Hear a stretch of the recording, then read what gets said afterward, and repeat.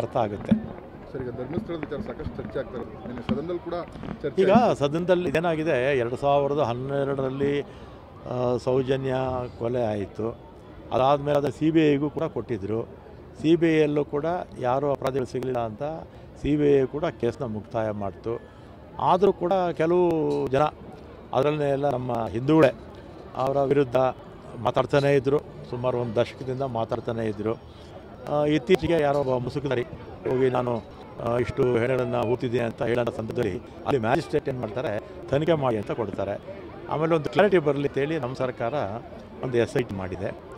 ಅಲ್ಲಿ ಏನೂ ಸಿಕ್ಕಿಲ್ಲ. ಆಮೇಲೆ ನೆನೆ BJPಯವರು ಅಲ್ಲಿ ಸದನದಲ್ಲೂ ಕೂಡ ಮಾಡಿದ್ರು. ಆಮೇಲೆ ನಾವು ಕಾಂಗ್ರೆಸ್ BJPಯವರಿಗಿಂತಲೂ ಹೆಚ್ಚು ಕಾಂಗ್ರೆಸ್ರು ಧರ್ಮಸ್ಥಳಕ್ಕೆ ಹೋಗೋದು.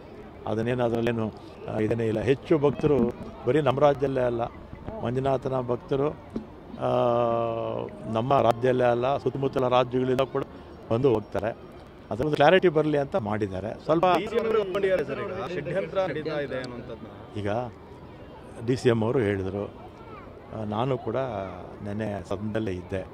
ಅದರಿಂದ ಒಂದು ಕ್ಲಾರಿಟಿ ಬಂದುಬಿಟ್ರೆ ಅಪಪ್ಪ ಹೋಗುತ್ತೆ. ಸೊ ಏನಾಗ್ತದೆ, ವ್ಯಾಪಕವಾಗಿ ಈಗ ಇದು ಬಂದುಬಿಟ್ಟಿದೆ, ಯಾವುದೋ ಯೂಟ್ಯೂಬರ್ಸು ಮನ್ಸಿಗೆ ಬಂದಂಗೆಲ್ಲ ಮಾತಾಡ್ತಾರೆ.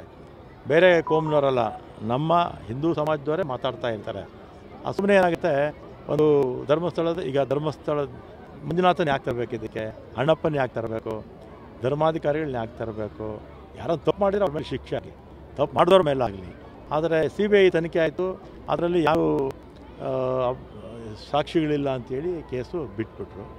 ಈಗ ಒಂದು ಕ್ಲಾರಿಟಿ ಸೋಮವಾರ ಪರಮೇಶ್ವರ್ ಅವರು ಕೊಡ್ತೀವಿ ಅಂತ ಹೇಳಿದ್ದಾರೆ. ಇನ್ನೊಂದು ಸಲ ಹೇಳ್ತೀನಿ, ಕಾಂಗ್ರೆಸ್ನ ಏನು ಮಂಜುನಾಥನ ಭಕ್ತರು BJPಯವರಿಗಿಂತ ಕಾಂಗ್ರೆಸ್ಸಲ್ಲೇ ಜಾಸ್ತಿ ಇದ್ದಾರೆ. ನೆಕ್ಸ್ಟ್ ಇರುತ್ತೆ ಸರ್, ಆತ ತೋರಿಸಿದ ಕಡೆ ಎಲ್ಲೂ ಸಿಗ್ತಾ ಇಲ್ಲ. ಈಗ 15 ಆಯಿತು, ಎಲ್ಲೂ ಏನೂ ಸಿಗಿಲ್ಲ ಅಲ್ವಾ? ಸಣ್ಣ ಮಗು, ಈಗ ಒಂದು ಸಣ್ಣ ಮಗುಗೂ ಕೂಡ ಗೊತ್ತಾಗುತ್ತೆ ಅಲ್ಲಿ ಏನೂ ಇಲ್ಲ ಅಂತ. ಈಗ BJPಯವರು ಬೈಕ್ ರ್ಯಾಲಿ, ಕಾರ್ ರ್ಯಾಲಿಗಳೆಲ್ಲ ಮಾಡ್ತಿದ್ದಾರೆ. ಈಗ ಅವರು ರಾಜಕಾರಣ ಮಾಡೋಕ್ಕೆ ಹೋಗಬಾರ್ದು. ಇದರಲ್ಲಿ ನಾವು ರಾಜಕೀಯ ಮಾಡಲಿಲ್ಲ. ನನಗೂ ಕೂಡ ಪ್ರಾರಂಭದಲ್ಲಿ ಕೇಳಿದಾಗ SIT ತನಿಖೆ ಆಗ್ತಾಯಿದೆ, ಈ ಸಂದರ್ಭದಲ್ಲಿ ಮಾತಾಡೋದು ಸೂಕ್ತ ಅಲ್ಲ ಅಂತ ನಾನು ಆಗ್ಬಿಟ್ಟೆ ಅಲ್ವಾ? ಅದೇ ಇದರ ರಾಜಕಾರಣ ಮಾಡೋಕ್ಕೆ ಹೋಗಬಾರ್ದು. ಇದೇನಾಗಿದೆ, ಒಂದು ಸಲ ಕ್ಲಾರಿಟಿ ಬಂದುಬಿಟ್ರೆ ಯಾರೂ ಆಮೇಲೆ ಮಾತಾಡೋದಿಲ್ಲ. ನಾವು ಕೂಡ ಏನು ಅಲ್ಲಿ ನಮ್ಮ ಕರ್ನಾಟಕ ರಾಜ್ಯದಲ್ಲಿರ್ತಕ್ಕಂಥ ಬಹುತೇಕ ಜನ ಮಂಜುನಾಥನ ಭಕ್ತರೇ. ಈ ಮಂಜುನಾಥ ಅಂದರೆ ಯಾರು? ಈಶ್ವರ ಅಲ್ವಾ? ನಮ್ಮನೆ ದೇವರದು ವೀರಭದ್ರ ಅಲ್ವಾ? ಹೆಸರುಗಳು ಬೇಕಾಷ್ಟಿದೆ ಈಶ್ವರನಿಗೆ ಅಲ್ವಾ? ಅದರಿಂದ ಇದರ ರಾಜಕಾರಣ ಮಾಡೋದು ಬೇಡ. ಬೇಗ SIT ಮಾಡಿದೆ, ಒಂದು ಕ್ಲಾರಿಟಿ ಬಂದುಬಿಟ್ರೆ ಆಮೇಲೆ ಯಾರೂ ಕೂಡ ಮಾತಾಡೋದಿಲ್ಲ. ಆಮೇಲೆ ಏನಾಗುತ್ತೆ, ಯೂಟ್ಯೂಬರ್ಗಳು ಏನೇನೋ ಹೇಳ್ತಾನೆ ಇರ್ತಾರೆ. ಅದೊಂದು ಸ್ಟೇ ಇತ್ತು, ಆ ಸ್ಟೇ ಹೈಕೋರ್ಟ್ ಮನೆ ವೆಕೆಟ್ ಮಾಡಿಬಿಟ್ರು. ಒಂದು 8 ದಿವಸ ಆಯ್ತಲ್ಲ, ಒಂದು ವಾರಕ್ಕೆ ಮುಂಚೆ ಆ ಯೂಟ್ಯೂಬರ್ಗಳ ಮೇಲೆ, ಮಾಧ್ಯಮದ ಮೇಲೆ, ಪ್ರಿಂಟ್ ಮೀಡಿಯಾ, ಎಲೆಕ್ಟ್ರಾನಿಕ್ ಮೀಡಿಯಾ ಮೇಲೆ ಸ್ಟೇ ಇತ್ತಲ್ಲ, ಅದು ವೆಕೆಟು ಮಾಡಿಬಿಟ್ರು. ವೆಕೆಟ್ ಮಾಡಿದ ಏನಾಗುತ್ತೆ, ಎಲ್ಲರೂ ಹಾಕ್ತಾಯಿರ್ತಾರೆ. ಏನು ಸಿಕ್ಕಿಲ್ಲ ಅಂದರೆ ಅವನ ಮೇಲೆ ಕ್ರಮ ತಗೋಬೇಕು.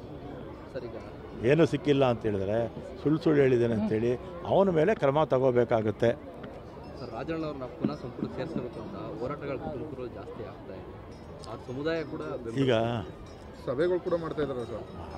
ಸಹಜವಾಗಿ ಅವ್ರ ಬೆಂಬಲಿಗರು ಕೇಳ್ತಾರೆ, ಅದರಲ್ಲಿ ತಪ್ಪೇನೂ ಇಲ್ಲ. ನೀವೇನು ನಡೀತಿದ್ದೀರಾ ಮಾಧ್ಯಮದವರು? ಕ್ರಾಂತಿನೂ ಇಲ್ಲ, ಭ್ರಾಂತಿನೂ ಇಲ್ಲ. ಅಂದರೆ ಯಾವ ಕ್ರಾಂತಿನೂ ಆಗಲ್ಲ. 5 ವರ್ಷ ನಮ್ಮ ಸರ್ಕಾರ ಇರುತ್ತೆ. ಸಿದ್ದರಾಮಯ್ಯವರು ಮುಂದುವರಿತಾರೆ. ಏನಾದರೂ ಬದಲಾವಣೆಗಳು ಆ ಥರ ಏನಿದ್ರು ನಮ್ಮಲ್ಲಿ ಹೈಕಮಾಂಡ್ ತೀರ್ಮಾನ ತೊಗೊಳ್ತಾರೆ ಅಷ್ಟೇ. ನಾನೇನು ಹೇಳ್ಬಿಟ್ರೆ ಆಗ್ಬಿಡುತ್ತಾ? ಅಥವಾ ಇಕ್ಬಾಲ್ ಹುಸೇನ್ ಅವರು ಯಾರು ಹೇಳಿದ್ರು ಕೂಡ ಏನೂ ಆಗಲ್ಲ. ಅದೆಲ್ಲ ಹೈಕಮಾಂಡ್ ತೀರ್ಮಾನ ಮಾಡ್ತಾರೆ. ಬಿಡ್ತೀವಿ. ಈಗ ನನಗೆ ಪಟ್ಟಿಟ್ಬಿಟ್ಟಿದ್ದಾರೆ ನಮ್ಮ ರಾಮನಗರ ಶಾಸಕರು. ಅದಕ್ಕೆ ನಾನು ವೇದಿಕೆ ಮೇಲೆ ನಾನು ಹೇಳೋದಿಲ್ಲ, ಚೆನ್ನಾಗಿರಲ್ಲ ಅಂದೆ. ಇಲ್ಲ, ಹೇಳಲೇಬೇಕು ಅಂದ್ರೆ ಹೇಳಿಬಿಟ್ಟೆ. ಟೌನ್ ವ್ಯಾಪ್ತಿ